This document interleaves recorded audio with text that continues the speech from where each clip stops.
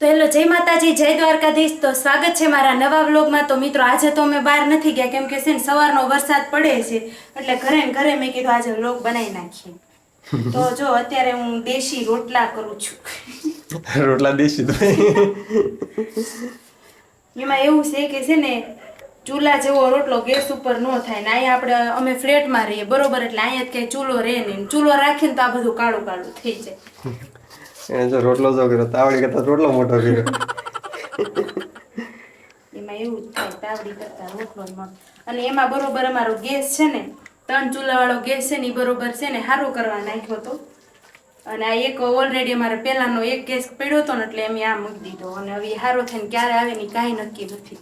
ત્યાં સુધી આ એક ગેસમાં રોટલા ઘડવાના અને પાછું શાક થાય ને એની તો વાટ જોવાની। પહેલા શાક મૂકવાનું, પછી ઈ ચડે ને પછી રોટલા, ઓલા 3 ગેસ હોય ને તો એક જગ્યાએ રોટલો ચડતો હોય ને એક જગ્યાએ શાકે ચડતું, આ ફટાફટ થઈ જાય, પણ આમાં થોડીક વાર લાગે। તો જો મિત્રો અમારે જમવાનું બને છે, સાંજનો સમય થઈ ગયો છે ને આજે આખો દિવસ વરસાદ હતો એટલે અમે ક્યાંય બહાર ગયા નથી। કાલે તો મોમોસ બનાવ્યો તો પણ કાલે તો કઈ ટાઈમ રહ્યો નતો, નકર તો કાલ મોમોસ બનાવ્યો તો ને તો છે ને કાલે અબે જલ્દી બોલ એવું છે ને ચોમાસામાં શાકભાજી બળી ગયો રોટ ચોમાસામાં રહ્યું ને શાકભાજી હાવ સસ્તું મળે, એ તે છે ને તમારે છે ને બપોર પછીના સાંજના ટાઈમે જવાનું સારું અને સસ્તું શાકભાજી। વરસાદ આવેલો હોય ને એટલે જો વરસાદ હાલો લ્યો રોટલા આ તો રોટલો બાળી દીધો। નીચે થોડોક આ વધારે ગેસ તાવડી તપે કે ને એટલે નીચે થોડો રોટલો બળી ગયો, બાકી મને રોટલા તો આવે છે। તાવડી કરતા રોટલો મોટો થયો।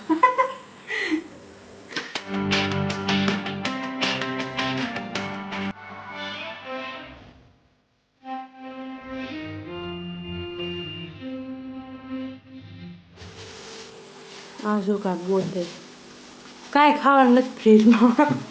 લીંબુ કાઢું છું આગળ એ નીચે તો આવશે ને સાઈઝ કરતે સોડા લાવે છે ખાલી સારું તો એ બેઠી બેઠી નખ કાપે છે।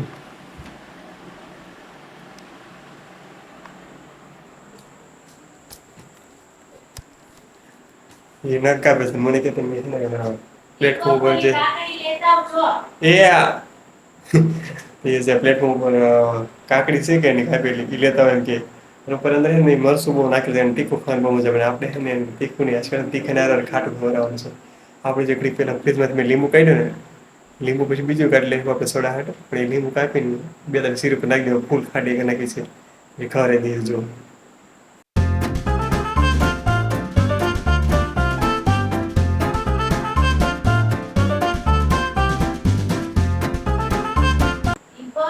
હા હા આવું છું।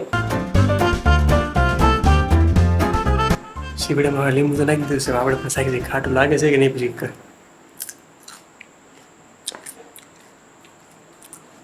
અરે હાલો સ્ટોન પેપર સીઝ ઇને કાફી આવડી અમે સ્ટોન પેપર સીઝ પણ ખબર કે દરેક આવાજ બહુ આવે છે પંખાનો।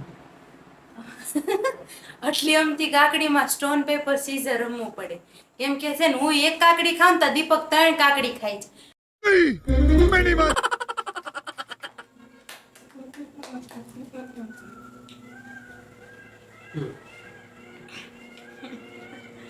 તીખું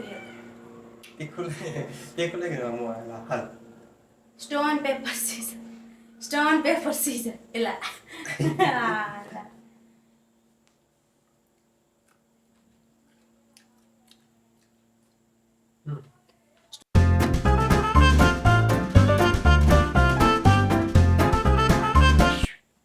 મારા લાગે એ મારું એ પૂછાના એવું ના લે એ આમ હું જીતી નહીં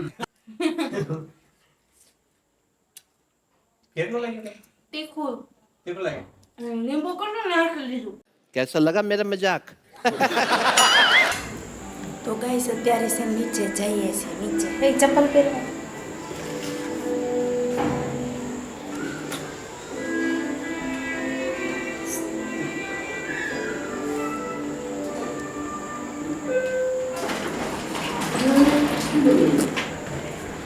થોડી flow. हम लोग with the flow.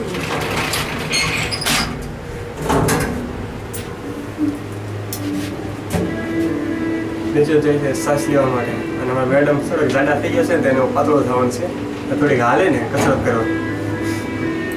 હું જાડી નથી, પાતળી જ છું. તમે લોકો કમેન્ટ કરીને કહેજો ચાલ. કોણ જાડું લાગે, દીપક કે હું? મને ગમ થાય કોઈ દી જાડો નથી લાગવાનો.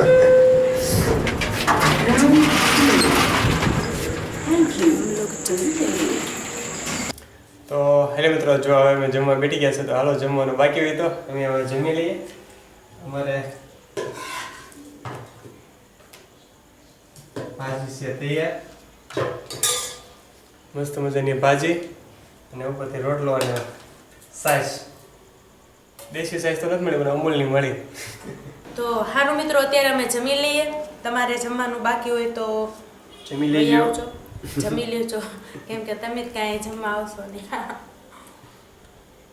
તો મિત્રો, અત્યારે જો અમે રાત્રિનું ભોજન કરીને શાંતિથી બેઠા છીએ. ઠંડો પવન આવે છે અમારે. જો આ હારું, આ બારી આમ ખોલી નાખીએ ને એટલે મસ્ત ઠંડો પવન આવે. તો અમારી ચેનલને લાઈક શેર સબસ્ક્રાઈબ ના કરી હોય તો જલ્દીથી છે ને સબસ્ક્રાઈબ કરી નાખજો. અહીંયા આપણે આ બ્લોગનો એન્ડ આપીએ છીએ ને હવે મળીએ પાછા નવા બ્લોગમાં. જય માતાજી, જય દ્વારકાધીશ.